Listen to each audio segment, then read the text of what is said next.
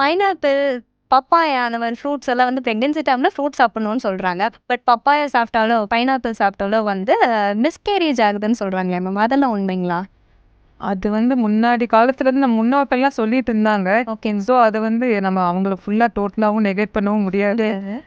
But the thing is compared to மற்ற fruits வந்து இந்த பைனாப்பிள், பப்பாயா சாப்பிட்டா அந்த அப்டாமினல் கிராம்ப்ஸ்ன்னு சொல்லுவோம். அந்த சம்டைம்ஸ் அப்செட் ஆகி வயிறு உப்புசமா இருக்கிறது அந்த மாதிரி சிம்டம்ஸ்லாம் கொஞ்சம் ஜாஸ்தியாக இருக்கும். அதர்வைஸ் ரிசர்ச் வைஸ் வந்து it's not prove to cos any miscarriage and all that. Okay. அதனால இருந்தாலும் வந்து பெரியவங்க சொல்றதுனால சில இதெல்லாம் நம்ம கேட்டுக்கணும்னு அவாய்ட் பண்ண சொல்லிடுறது. Okay ma'am.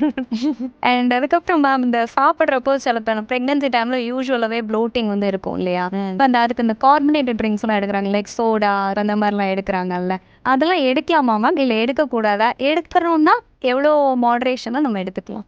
கார்பனேட்டட் ட்ரிங்க்ஸ் யாருமே எடுக்கக்கூடாது. எடுக்கவே கூடாது. ப்ரெக்னன்சிலே சரி, நான் ப்ரெக்னன்சிலே சரி. Want to be carcinogenic actually.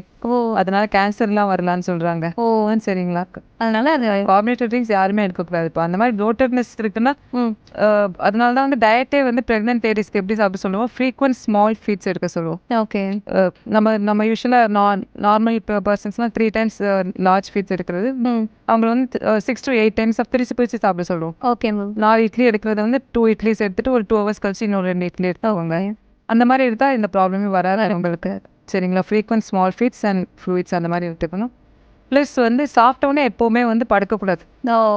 Okay ma'am. அதுவும் that is common advice for all தான்.